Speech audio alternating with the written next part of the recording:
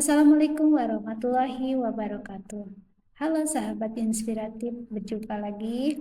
Kali ini kita akan ngebahas mengenai bijak memilih circle, karena lingkungan bisa membentuk masa depan. Setiap manusia pasti memiliki circle. Circle bisa berarti teman, sahabat, rekan kerja, komunitas, bahkan orang yang paling sering kita ajak bicara setiap hari. Banyak orang mengira hidup dibentuk oleh kemampuan atau kecerdasan saja. Padahal, ada faktor lain yang sering tidak disadari, yaitu lingkungan pergaulan. Lingkungan ini secara perlahan membentuk cara kita berpikir, cara kita melihat dunia, bahkan keputusan-keputusan besar dalam hidup kita. Karena itu, memilih circle sebenarnya bukan sekedar memilih teman, tetapi memilih arah hidup. Nah, banyak orang yang tidak memilih circle secara sadar ya. Sebagian besar orang berada dalam circle tertentu bukan karena mereka memilih dengan bijak, tapi karena keadaan. Misalnya, teman satu kelas akhirnya jadi circle. Teman satu tongkrongan akhirnya jadi circle. Teman yang sudah lama kenal akhirnya tetap jadi circle. Padahal tidak semua lingkungan itu sehat. Contohnya, ada seseorang yang sebenarnya punya potensi besar, dia rajin belajar, punya mimpi besar, dan ingin berkembang. Namun, circle-nya adalah orang-orang yang sering menunda pekerjaan, tidak punya tujuan hidup, suka meremehkan usaha orang lain. Akhirnya tanpa disadari, semangatnya perlahan ikut menurun. Bukan karena dia tidak mampu, tapi karena lingkungannya tidak mendukung. Circle ini bisa mempengaruhi cara berpikir ya. Circle tidak selalu mempengaruhi kita secara langsung. Seringkali pengaruhnya sangat halus. Kita mulai mengikuti cara berpikir mereka tanpa sadar. Contoh sederhana, jika kita sering berkumpul dengan orang yang suka belajar, biasanya pembicaraan mereka ini seperti buka apa yang bagus nih, ide baru apa, gitu, rencana masa depan mau kayak gimana, peluang yang bisa kita coba. Tanpa disadari, kita ikut terdorong untuk berkembang. Begitupun sebaliknya, jika circle kita sering membahas gosip, mengeluh, menyalahkan keadaan, meremehkan orang lain, maka pikiran kita juga perlahan akan terbiasa dengan hal-hal seperti itu. Lingkungan memang tidak memaksa kita berubah, tapi lingkungan membentuk kebiasaan berpikir kita. Coba bayangkan, dua orang dengan kemampuan yang sama. Orang yang pertama berada di lingkungan yang suka belajar, saling mendukung, saling mengingatkan. Orang kedua berada di lingkungan yang malas, suka menunda, tidak punya arah hidup.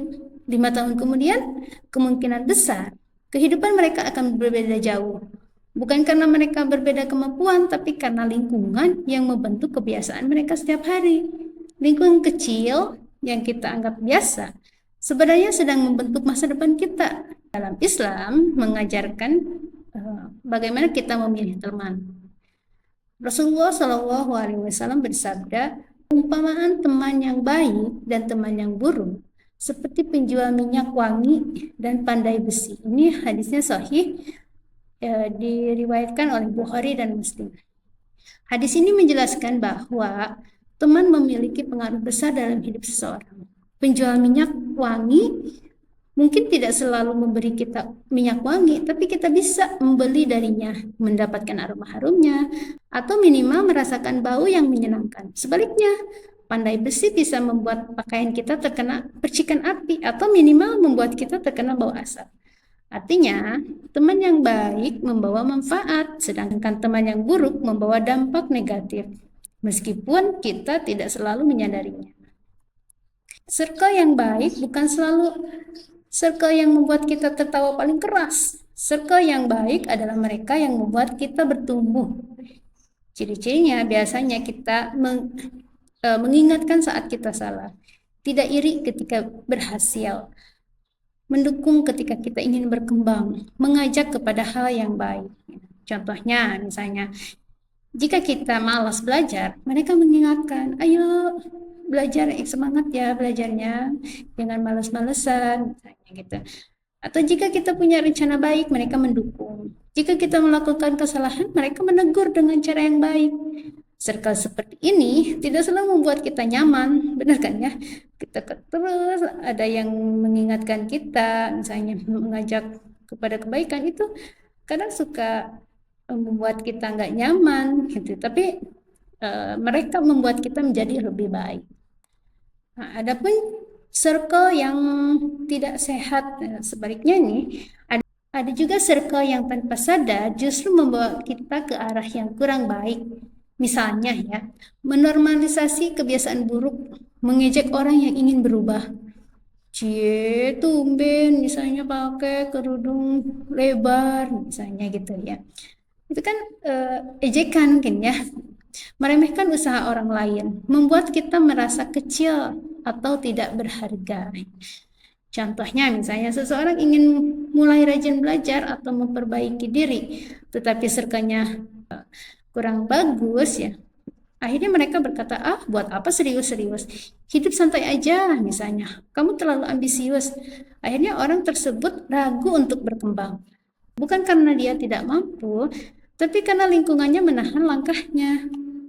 Ya, banyak orang merasa harus punya banyak teman agar dianggap hebat atau populer. Padahal kenyataannya dalam hidup kita biasanya hanya memiliki beberapa orang yang benar-benar berpengaruh. Lebih baik memiliki 3 teman yang tulus, 3 teman yang mendukung kita berkembang, 3 teman yang selalu mendoakan daripada memiliki puluhan teman yang hanya saat senang aja. Kualitas hubungan jauh lebih penting daripada jumlahnya. Seiring waktu, manusia berubah, cara berpikir berubah, tujuan hidup berubah, prioritas hidup juga berubah. Karena itu sangat wajar jika circle kita juga berubah. Ini bukan berarti kita sombong atau melupakan teman lama ya. Terkadang kita hanya sedang menyesuaikan diri dengan arah hidup yang baru.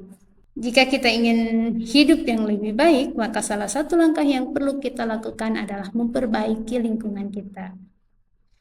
Carilah orang yang membuat kita lebih baik, mengingatkan kita saat salah, dan membawa kita lebih dekat kepada kebaikan. Karena pada akhirnya, circle yang kita pilih hari ini bisa sangat menentukan kehidupan kita di masa depan. Terima kasih. Assalamualaikum warahmatullahi wabarakatuh.